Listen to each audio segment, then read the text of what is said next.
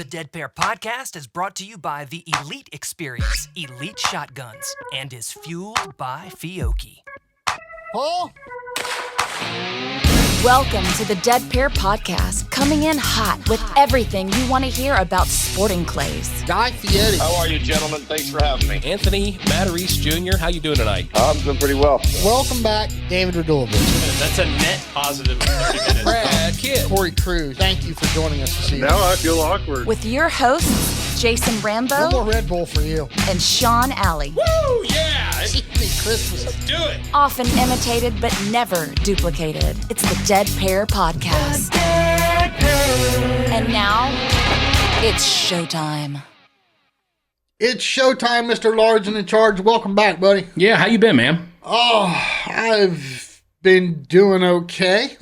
Okay. I'm on the right side of the grass, my friend. I was going to say, you said that with all kinds of confidence. Yeah, no, it's just busy season. People are wanting traps. Of course, the demand we just can't keep up for, and it's unfortunate. I wish I had this giant inventory that somebody calls and, yeah, man, I got this on the shelf. And It's the way of the world everywhere, buddy. I'm telling you, it's just how it is. It doesn't happen that way, but no, I mean, I'm still willing to help somebody as much as I can if they're, as long as they're patient on their orders. My towers are coming along nicely. Getting all the CAD drawings and everything done for this new design. Good Can't deal. wait for everybody to see it. It's going to be really, really cool. Yeah, I can't wait. Hey, we got to get Mr. Brett Seibert on the phone. But before we do so, Sean, we have quite a big tourney talk to get to. Yeah, let's do that. It's Tourney Talk. Brought to you by Score Chaser. All right, everybody. Utah State at Purgatory, April 25th through the 28th. That's 2024 is now open for registration. Also, the Pilgrim Shoot at Night at the Cardinal Center is now open, one of Jason and I's favorite shoots, featuring our Dead Pair prelim and the first ever Fee Task at night. That's going to be awesome. I think that's going to be very, very interesting. I can't wait to see what Jake and the guys do there. Hats off to Jake for thinking of something new and cool. That's awesome. Yeah, I can't wait. And then last but not least, reminder, our Dead Pair Blast at Vero Beach is now open on Score Chaser. Still looking for a few sponsors to fill the bill there. And also, last but not least, our new Dead Pair HOA blend is now available at DaltonandDeuceLLC.com. We'll have a link on our website very soon. Yeah, you haven't tried that HOA blend, have you? No, I haven't had it, but I'm looking forward to it because I do like a darker coffee. Yeah, it is. I mean, we've had some people talking about, they want a little stronger, darker roast, and it's just that, man. It fits the bill. Good deal. But it's still, like I said before, man, with the hints of caramel in it, it's still like smooth. That's good. It's dark. Yeah, I don't like the strong coffee that's bitter. I just can't deal with that. Sorry. Yeah, exactly. But hey, lots of good stuff to get to. Let's get Mr. Seibert on the phone. Can't wait to talk to him, ask him some questions about this North Central Regional. This preview, we do this because the shoots are always trying to offer something new, something innovative, something fun, a better experience. Yeah. And I'm kind of anxious to see what they have.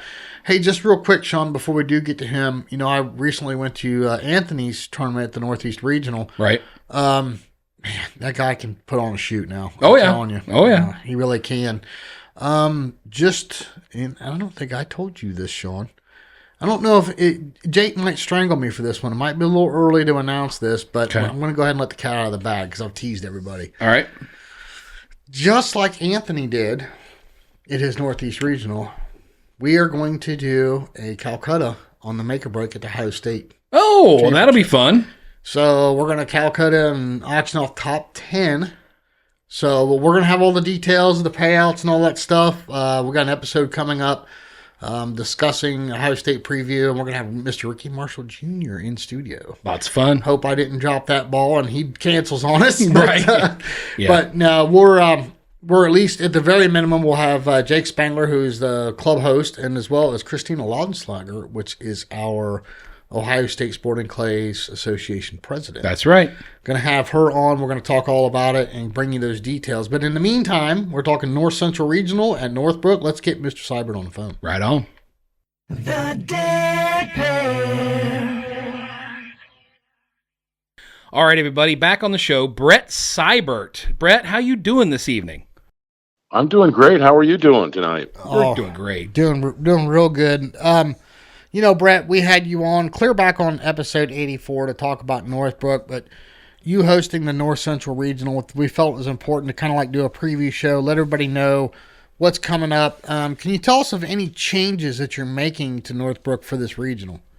We're always updating and stuff. We've got actually bought a little new property that we're going to be using for the regional. We're going to use it a little bit and then maybe showcase it a little bit more for the 2024 U.S. Open.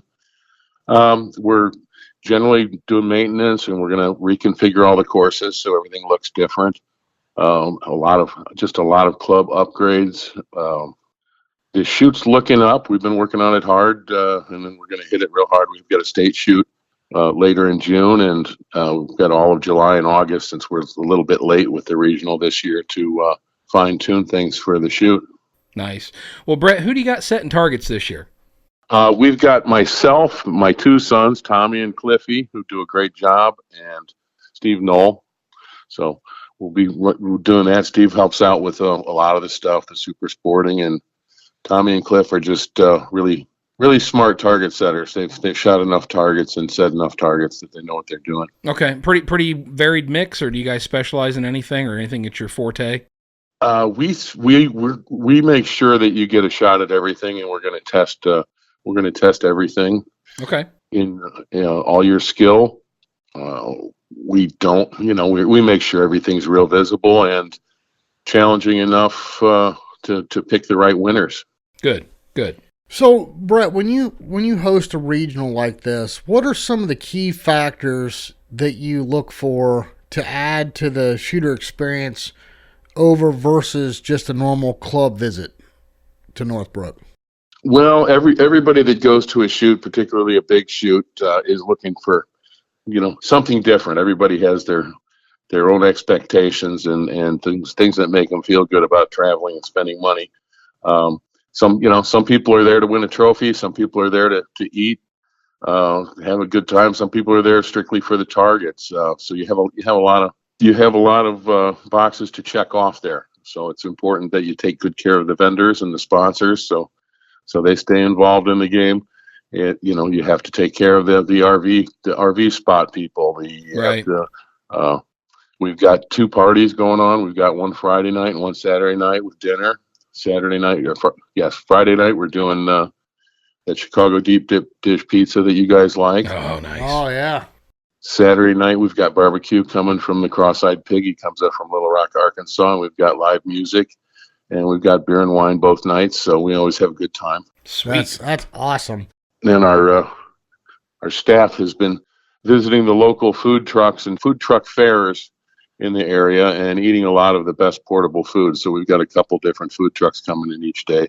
Oh, nice. Which makes things a little interesting.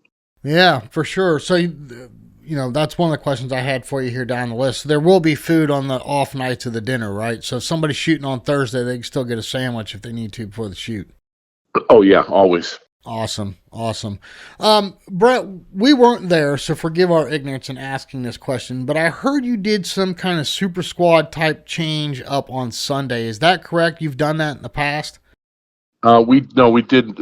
We have not done that in the past. We're doing the super squad for the U.S. Open. We're not doing it for the regional. Okay, but I thought you did something different, whether it was with purse or I can't remember what you did different. That was what we did was that was for a regional, and we did sort of a double master class. We called it MM class, and it was for the whole main event. We took we took the top 40 shooters that we figured within different parameters and moved them up into their own class. Oh, nice. So we had a sponsor that wanted to pay for that, and so it got the regular what you might call the local masters a little breathing room to still win something underneath. It's almost like a pro class. Yeah, it was just sort of a practice, sort of a test run of that. But you're not going to be doing anything like that for the regional? No. Okay. No. Gotcha. So now let's talk about everything you're going to have available. I mean, obviously you got the main, the prelim, the FETAS, super sporting. Take it from there. Sub gauge. You tell me what I'm missing. We've got sub gauge. We've got sub gauge FETAS. all the events. It's a 200 bird feed task. It's a Grand Slam event, and the Grand Slam event's been a real successful experiment. It basically picks our team for USA shooting team, and we've had 2 events already, 200 bird events. One at Northeast Regional at M&M, and we had one a couple weeks ago, or just a week ago, at the Southeast Regional at Big Red Oak. So this will be the third 200 bird feed task event, old style, and that's a lot for a club to put on. I'm happy that M&M and Big Red Oak were able to do it too. Nice. That's a lot. 200 birds of feed task in one event. It is, and it sells out every time. It's more clubs would do it if more clubs had the room for it and the resources. It would sell out. It's a funny thing that those feed task shoots sell out a regional, but if you had a 200 bird feed task shoot alone, you'd have 140 people there. Yeah, I have yet to understand that one. Hey, Brett, so real quick, I was out there last year. I met you, and I shot with Eric Roden from Bear Pelt. We did some practice when I was out visiting family in Chicago.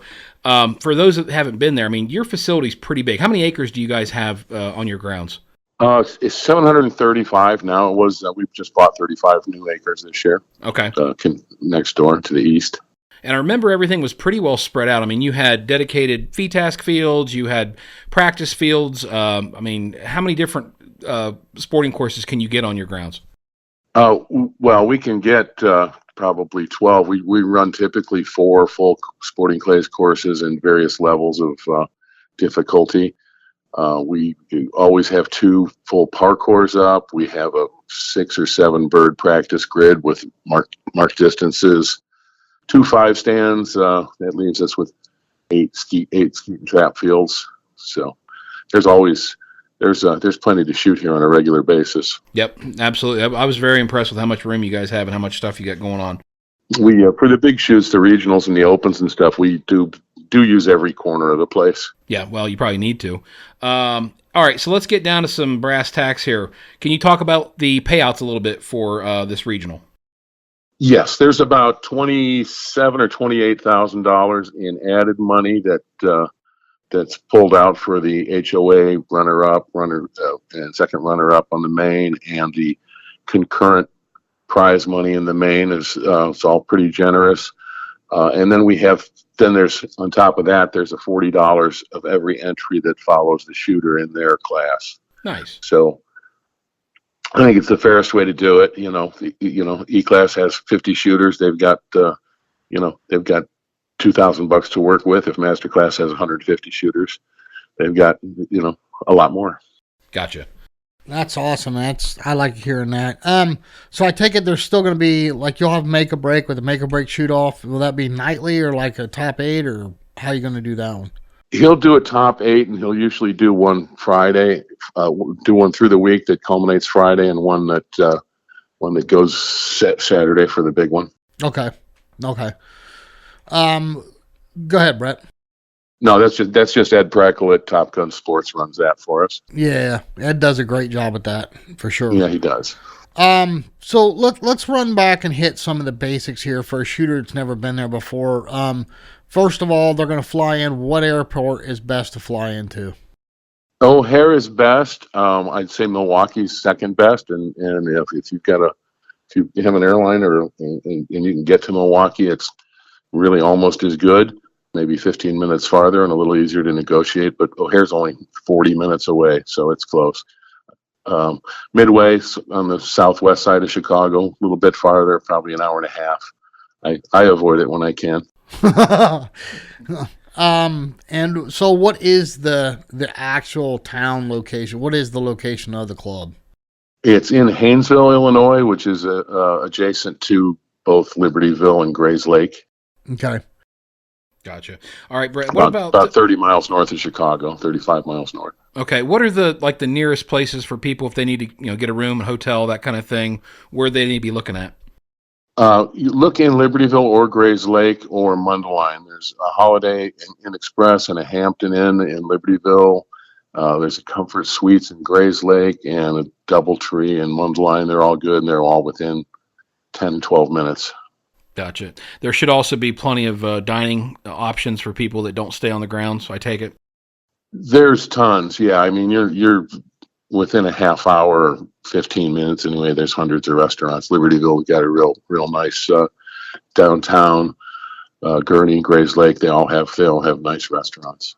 Good deal. Good deal. Well, I was going to ask about some of the local attractions, but with you having, live music and good food and beer and wine on Friday and Saturday night, why the hell would you want to leave? So, right. And of course, like I said, you kind of answered that question earlier about food. That's, I think that's awesome, and that's something that people don't think too much about. I mean, we dive into nutrition and all that other kind of stuff, and on this podcast and all the things you need to do as a shooter. And man, I tell you, you go to some of these events and you're there on Wednesday shooting the fee task or Thursday shooting a prelim, and the food's not open yet, and you're going to shoot at 1 o'clock and you're there at 10 and there's nothing to eat. So that's awesome that you're doing that. Hats off to you on that one. Yeah, and our kitchen's open to fill those spots too. That if you don't have enough for someone to come in, if it's like you say, Wednesday or something, and I've had that too, where you're shooting something at 9 o'clock on Wednesday and then something at 2 o'clock, and you get some cheese and crackers or something if you're lucky. Yeah, right. Exactly. What about vendors, Brett? You got anybody coming that worth mentioning? We do, sure. All of them are worth mentioning. The tournament sponsors that are also sending people. Promatics, the event major sponsor. Winchester's sponsored one of the mains. Target Vision, which is Pila Glasses, is sponsored one of the main. They'll be there. Beretta's all in on the FETAS sponsorship. They're coming. Fiocchi, Browning, RC from Clay Shooter Supplies doing the super sporting. Kriegoff's coming. They're sending Rob Carlson to represent Kriegoff. Briley will be there. They're our Subgate Sporting sponsor. Kolar's sponsoring the AFS, and we didn't mention we do have an AFS event. Oh, okay. And Beretta and Vortex are both supplying the Friday night and Saturday night dinner, and the practice field is set up by White Flyer. Also, John Woolley from Woolley Shootings going to be vending, and I believe Drew and Pat Liskey from Orion Outdoors. So very nice. We'll have a nice vendor area. It'll feel like a nice circus, and we'll keep everybody active and busy. Excellent. I like how you use nice circus. I love it. So, okay, you mentioned some ammo sponsors there, so I take it that's not going to be an issue, right? You're going to have plenty of ammo available for everybody? No, we probably have 2 containers of ammo on the ground right now, so we've been lucky and worked hard to make sure we have plenty of ammo. Excellent. Golf carts, is there a limited supply? Do they need to hurry up and get in on it, or do you got a plenty, or what are you thinking? We have not had a problem up to date. Those things are kind of fluid. I know we have enough. Everybody that's registered now is covered. I wouldn't wait till the day of, but a week or a month before, I'd make sure I had a golf cart. Yeah, gotcha. And Brett, I know you touched on this earlier. Just real quick, for those that may be interested in camping, do you guys have sites there on your course to camp, or is there other places nearby? There are 2 state campgrounds probably within 25 minutes. We've got quite a few spots. I believe they're all taken by now. With power, and we do have pretty much unlimited dry camping, and we don't even charge for that if somebody's can run their own generator and take care of their own water. Gotcha. Okay. What about like raffles, door prizes, anything big to mention?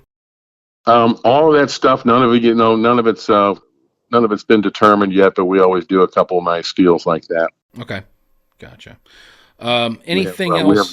We have real nice trophies ordered, and we'll have a nice shooter bag for everybody. Okay. Any other events like going on during the shoot other than the dinners and the open bar type stuff, or not open bar, but you know what I mean, the alcohol beverages being available in the evenings? No, nothing that I'm aware of. Okay. Not yet. Gotcha. Just kind of touching base here, trying to circle back on everything we've got here. I just want to make sure we're not leaving anything out. Have we forgotten anything or failed to mention anything? I don't think so. I tell you what, if somebody has a question that we haven't asked, what's the best way to get a hold of the club? The best way is just email info@northbrooksportsclub.org, Okay.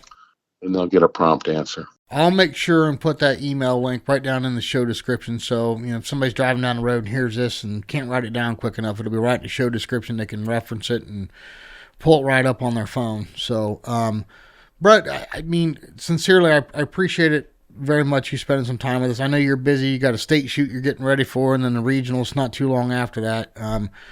I know you're a busy guy, and we appreciate you taking some time to talk with us. Maybe, I know how busy you are, but maybe if you get 5 minutes on Saturday night, you sit and have a drink with us for a minute. So I'd be happy to. I'm always happy to spend time with you guys. Well, we appreciate it. Looks like it's going to be a great event. I just pulled up Score Chase. You guys are just flirting with 700 entries at this point, so hopefully we'll there's quite a few that aren't are not squatted yet. So that'll pop up and should be the biggest regional to date for the North Central. that's awesome. Good Is there a deal. target number you're really hoping for or looking for? I'd like to get 750. I don't think we've gotten. I think where we're at right now is the biggest we've had. So I know we'll get another 50, but I'd like to see 750 and keep up with some of these other big regionals.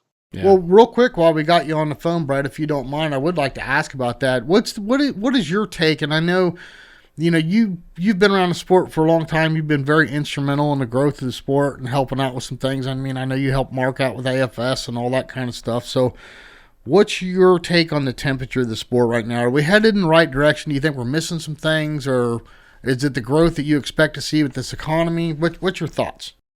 I think honestly we're doing real good considering everything, the political and the economy and all that stuff. I what I see right now is some of our usual shooters might be shooting a little less, but most clubs and most events are getting new shooters. We're working hard to get new shooters and a lot of women shooters and youth shooters.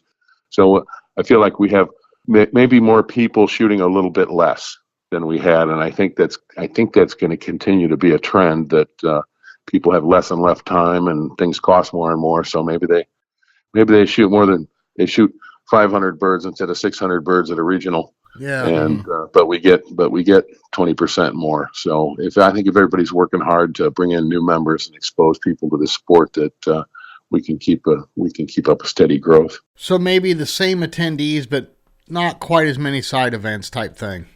I think I saw that last year. Just with the price of ammo, the price of gas, and price of everything, that everybody's up against. I think you're getting that. I think some guys will shoot a lot for 5, 6, 7 years, and then decide they're gonna shoot what they really like, and maybe not go nuts and shoot 40 make a breaks. And Right. We've all done that, right? Oh yeah. Absolutely. So I think people just get a little smarter about it and make it. If we just make it more fun for more people, we'll all be fine. Yeah, it's kind of a testament, really, if you think about it. If you think of any other sport and you tell someone that the price of everything involved with that sport is going to double over 2 years, do you think it would still grow? Their answer is probably going to be no. And the fact that we have sustained growth, even though everything has doubled, ammo, target, gas prices, everything's doubled, and we're still growing. So I think it's a positive thing, I think so too. I think when it all shakes out a little bit and everybody gets used to things, we'll be in good shape.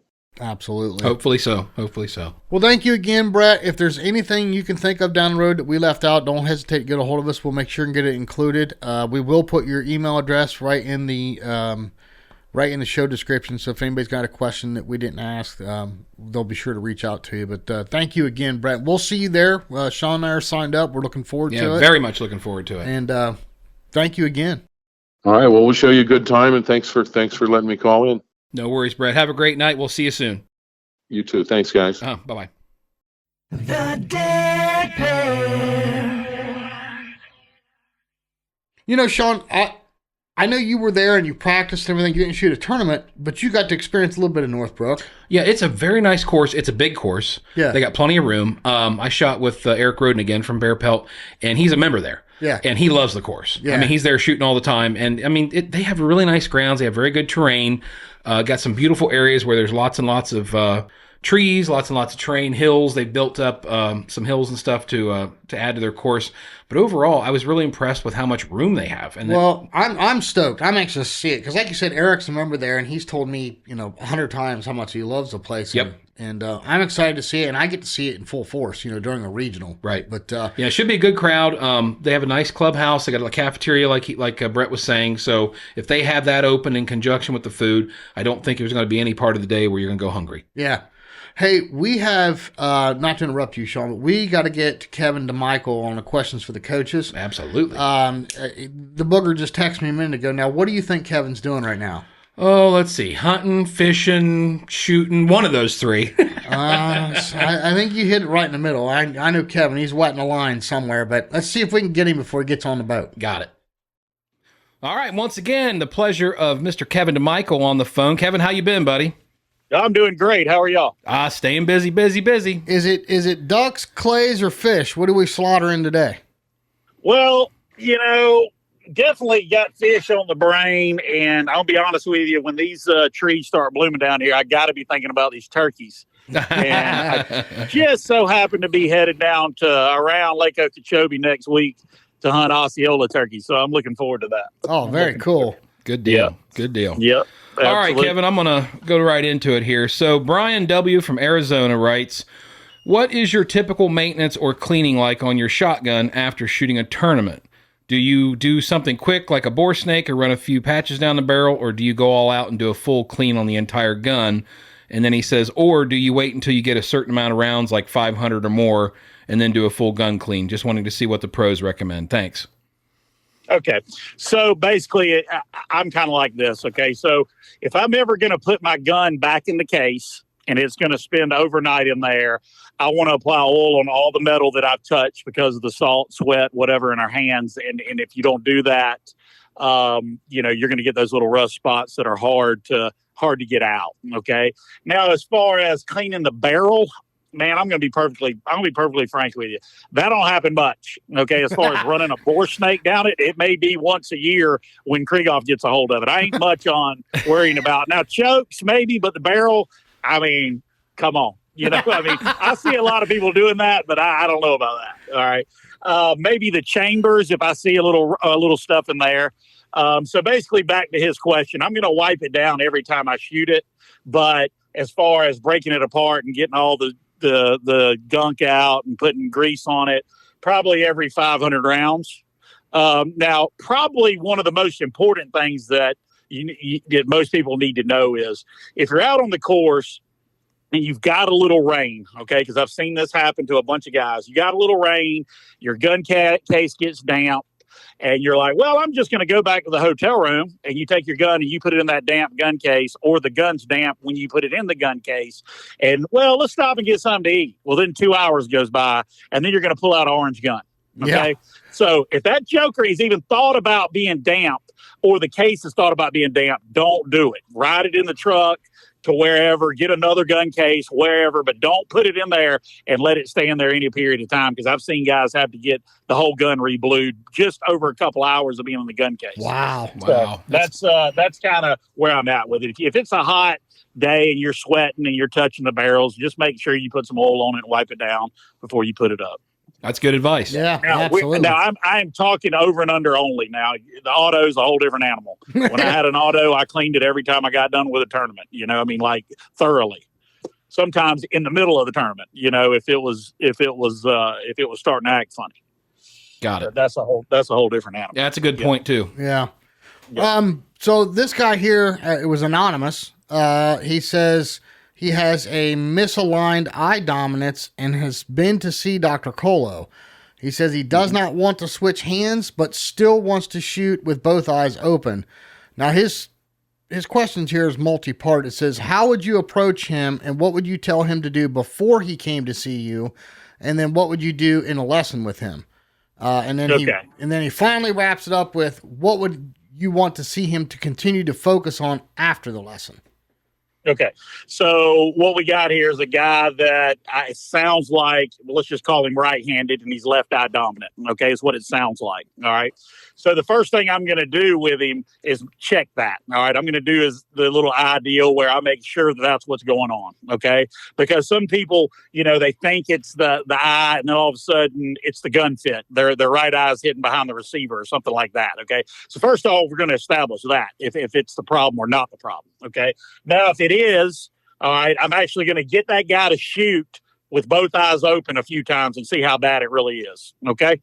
And if it is, which you see a lot, if it is just left eye taking over like crazy, then we're going to have to use, basically I carry in my little, I'm still the guy that carries the planner instead of using the phone. I'm holding it right here. And I've got a whole stack of different colored dots that I carry with me, light, dark, all that sort of stuff to kind of pick the glass color or whatever it might be. So then I'll put a dot on him. Okay. And with that dot, these are kind of transparent that I use. They're not like totally blocking the eye out, but they're definitely going to make the dominant eye take over.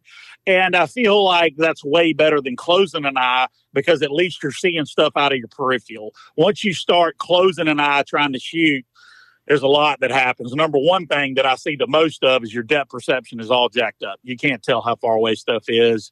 You start aiming, you start seeing way too much barrel, all kind of crazy stuff going on. Right. Okay. Now, as far as what he's going to do leading up to that, I don't know what we can do as far as leading up to that until I actually see him. Now, after that, after I talk to him, then we can run through, okay, this is what I want to do. I would like for you to keep shooting with this dot.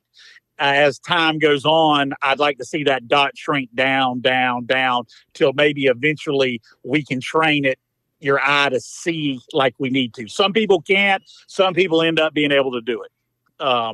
So that's kind of the process I would run through with a guy with eye dominance. Well, sounds like he's got a long road ahead of him no matter what. Well, it's tough. It is. Yeah. I mean, when you get an eye dominance, it's definitely putting you a touch behind the curve. It can be overcome. It can, but you're going to have to work harder than the guy that doesn't have that. I mean, that's just a fact. Yeah. That's just a fact. Yep. Gotcha. Well, Kevin, if you got time, I got one more I'd like to try sneaking here because this is a pretty good question too. I don't know, man. They biting pretty good. All right. I'll make it. I'm just kidding. Go ahead. I'll make it quick. Go on. All right. As a new shooter, I'm having trouble with my mount. I feel most comfortable pre-mounting, but see most of the top shooters are unmounted or have their head off the gun when they call pull. Is there a disadvantage to pre-mounting that I don't understand? That's from Penny O in New York.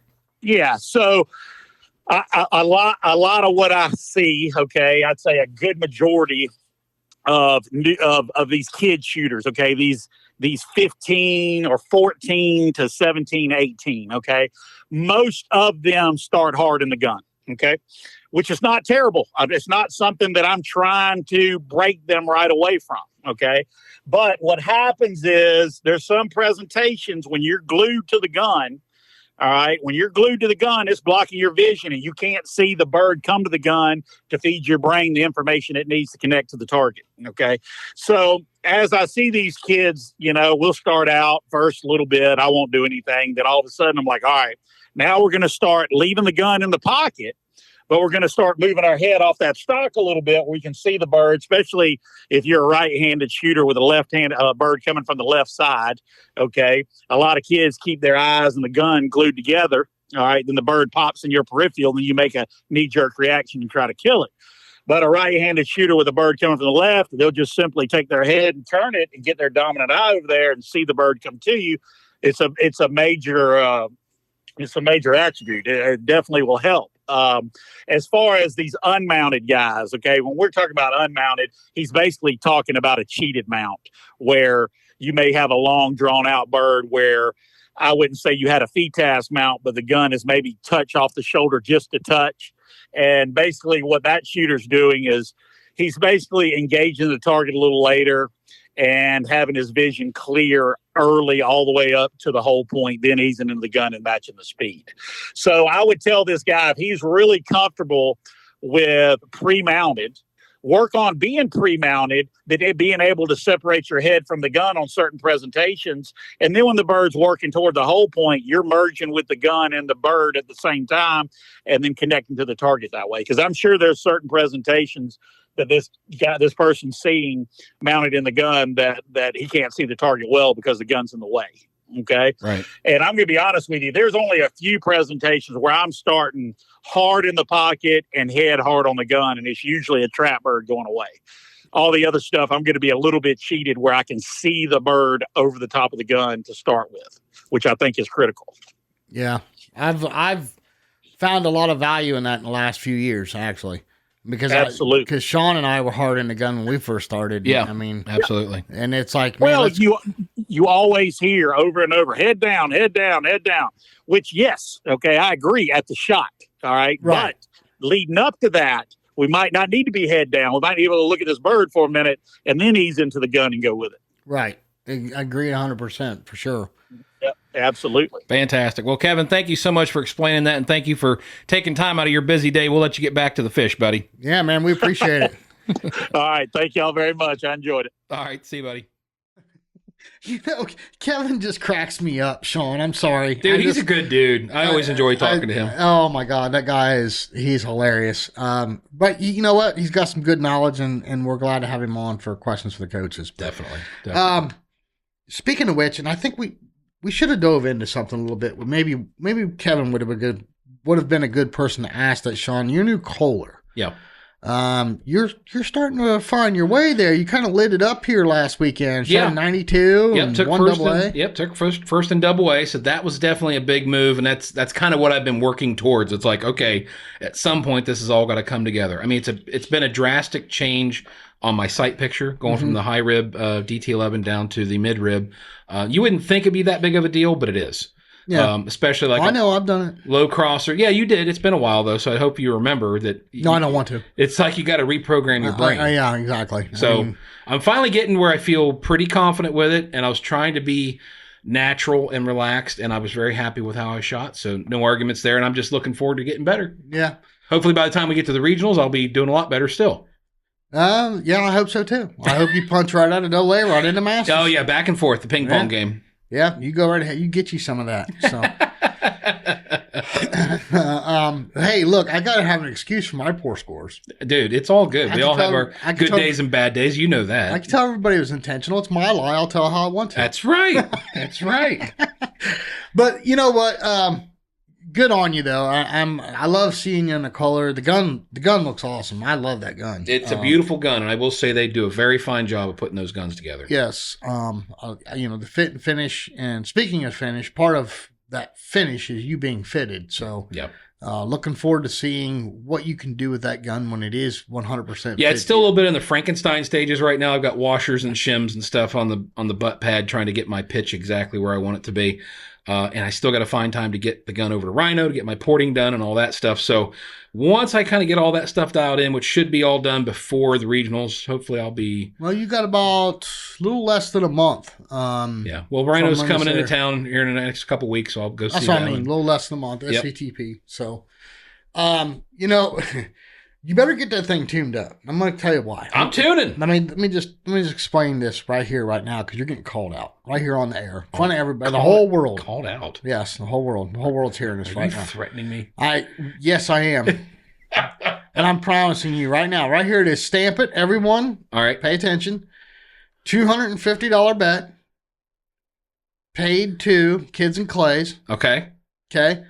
When we have the Dead Pair Blast down at Vero. Okay. You and I are going to go out. And of course, now this is not registered, obviously, because we're the ones setting the targets. Right. And you and I are going to shoot the course. Okay. The main course. All right. I don't know which course, but we're going to shoot the main course. One of those.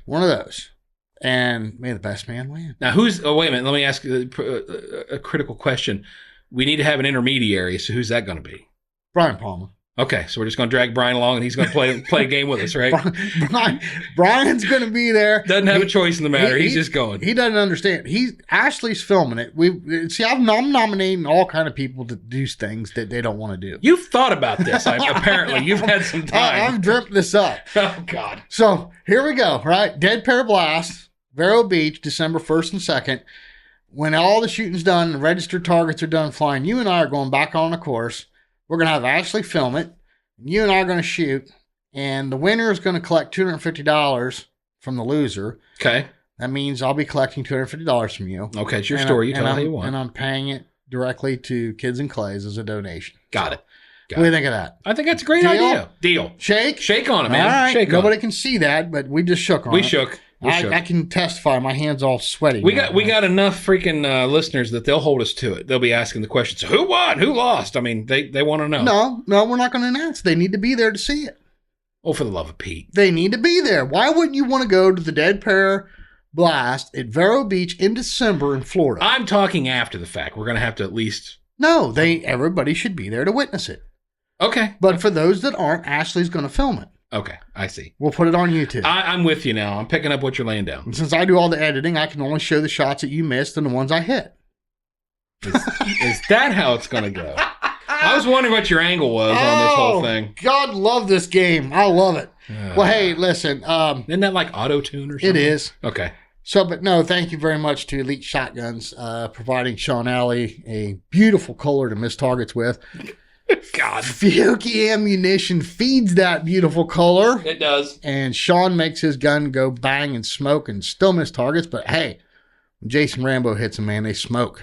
So it's my lie. I'll tell it how I want. I was going to say, I've heard some giggles before, but... Oh, you know the major difference between you and I, Sean Alley? When I put on a bear pelt vest, I make it look good. Okay. You make it look like a tent. Well, that's fine. We've all got our place in this world. I'm giving you, man, I'm full of it tonight. I'm going to give, all the big guys out there, if you want Jason's email, just hit me up. I'll let you go ahead and give him all kinds of love. Don't worry. Oh, no. You've already started down this path. Every time we have a guest topic or subject that nobody likes, I get railroaded, so. But no, thank you very much to Bear Pelt Vest. Working on a Dead Pair vest. Going to be available to everybody, hopefully sooner than later, Mr. Alley. Yep. Atlas Traps. Man, love me some American-made Atlas Traps. Sean Alley, you've got to see the Atlas Traps in full force when I mounted them on those Vernier clay bots. Exactly what they can do. Oh, I bet you it's wicked. Yeah. It's unbelievable. That's a big man's radio control car, right? The only difference between men and boys is the price of their toys. Well said. Well said. All right, Sean, what do you think about those Rangers, dude? You've had your Reacts for a year now. I love them. I think from my experience, I love them. They're the best lenses out there as far as what I see and how I see things. And listen, everybody, I've been getting a ton of emails about the Ranger React prescriptions. I know that I have the experimental pair. I'm sorry. I probably should have never announced that. Everybody's hounding me. When they coming out? I really don't know any more than you do. I really don't. Hopefully we can get Sarah on here soon. She can answer those questions. Sarah Dacco from Randolph. Fingers crossed. And we'll get her on here soon. I know they're working hard, but I guess if nothing else, there's a positive and every negative. The positive is they're not going to let it go out until it's right. Right. And they're working really hard to make sure it's right. And good on them for that, because there's no reason to rush something when it's not right. Right. Otopro, the gals at Otopro. Yeah, absolutely. Could not even begin to thank them enough. Hopefully they'll get back with us soon. I know that they had talked about getting out on the road and maybe visiting a couple shoots this year, so hopefully they're still planning on doing that. Yeah, I know. We had no less than a half dozen people come up to us at Jack Links and be like, hey, you guys got Otopro hats on today? At least. Yeah, I was going to say more like a dozen or 2 dozen, but that was just me. You hear that, Dr. Grace, and you get your butt to a tournament. So called out. Somebody that is at a lot of tournaments, and somebody that, if you guys have not visited, is Rhino Chokes. These people, I'm telling you what, Sean Alley. Some of the finest guys out there, man. Scott and Matt do a great job. Yes. Jody's in there. I mean, they're just a great team of people, and they got a great product, and they're just absolutely number one customer focus. Yes. I'm looking forward to seeing those guys. I'm really looking forward to Jody buying dinner when he comes up for SCTP. Right on. Vero Beach, of course, that's where we're having our Dead Pair Blast. Yep. Get signed up on Score Chaser. Yes. We are going to be throwing some white flyer targets for sure. Absolutely. I thought about that the other day. We've made that joke a million times about them producing a product that you get to blow up, and the only thing comparable is fireworks. Yeah, that'd be another good business model. Yeah. Of course, that's a much shorter window of time. It's a much shorter, but see, that's the cool thing about White Flyer. They're there year round. Yeah. They're available for you. You can bust them all year You can round. blow them up all you want. Of course, Dawn Grant. Thank you, Dawn. We got some really cool stuff coming up with her. I was talking to her the other day. She wants to do a little something with Joe Skull, and I think this is going to be awesome. Joe's got some things he'd like to talk about, and it's kind of interesting to hear. You know what? Wait till everybody hears this episode. It's going to be really good. Going to have Dawn Grant and Joe Skull on. Going to dive into some things that have kind of been missed a little bit. Something in particular we haven't talked a lot about. So look for that episode coming out. But Sean Alley, what do we tell everybody every week, buddy? Very simple. Get people out there. Take them to a clay shooting club. Put a gun in their hand, show them how much fun this sport is. It sells itself. It's not a hard thing. Take them to a charity event. Take them to a registered tournament. If you guys are already shooting, why aren't you shooting registered tournaments? It's a lot of fun. If you like to compete at all, it's a blast. You get your buddies together, you go out, shoot a tournament, maybe go afterwards, have some wings and a couple beers. I mean, it's a great time. Yeah, but you know what? Even if they don't catch the tournament bug, not everybody's in the competition. No, and I get that. But at least if they can go out and enjoy the sport for what it is, I think that's what's most important. I just have always liked to have something to chase, some kind of a goal. And if you do compete, it gives you another level of target presentation. Like the stuff you see at your normal club is one thing. When you go to an actual tournament, it's another. You know what? That brings up an interesting fact. And Toby, I know you're listening, buddy. I'm going to pick on you. Toby Tomplay did our intro and outro here for the podcast. Just had his eyes open. He just had his eyes open. He went to the Southeast Regional at Big Red Oak, and he was like, wow. He's like, I thought I was a pretty good shot. Again, he was shooting locally there in Louisiana. And he went to a regional, and it was like, holy cow, man, you guys were right. And I'm like, dude, that's how you grow as a shooter. Well, he told me, he said, I was talking to him on the phone the other day, and he says, yeah, so Thursday went, and he goes, yeah, that's the toughest targets I've ever seen. And then Friday morning, I go to the course, nope, those are the toughest targets I've ever seen. And then Saturday, nope, those are the toughest targets I've ever seen. So, yeah, it gets tough, and it is kind of hard, but that's how you improve yourself. That's how you get better. Talk about diving right in. He was squatted with Anthony Matteries. I know. How lucky is that? We haven't even shot with Anthony yet. Yet. Right? Come on. So, lucky dog. Yep. Anyway, hey, listen, enough of this. Sean Alley, we got a lot to come up with. We got a lot to do between now and the next episode. So until next week. We love you all. Can't wait to see you back here on the Dead Pair Podcast. We'll see you next time on the Dead Pair Podcast. The Dead Pair. The Dead Pair Podcast is brought to you by Elite Shotguns and Vero Beach Clay Shooting and is fueled by Fiocchi USA. The Dead Pair theme song was written, arranged, and produced by Toby Tomplay. Special thanks to the following sponsors: Bear Pelt, Rhino, Oto Pro, Dawn Grant, Atlas Trap Company, RE Ranger, and White Flyer Targets.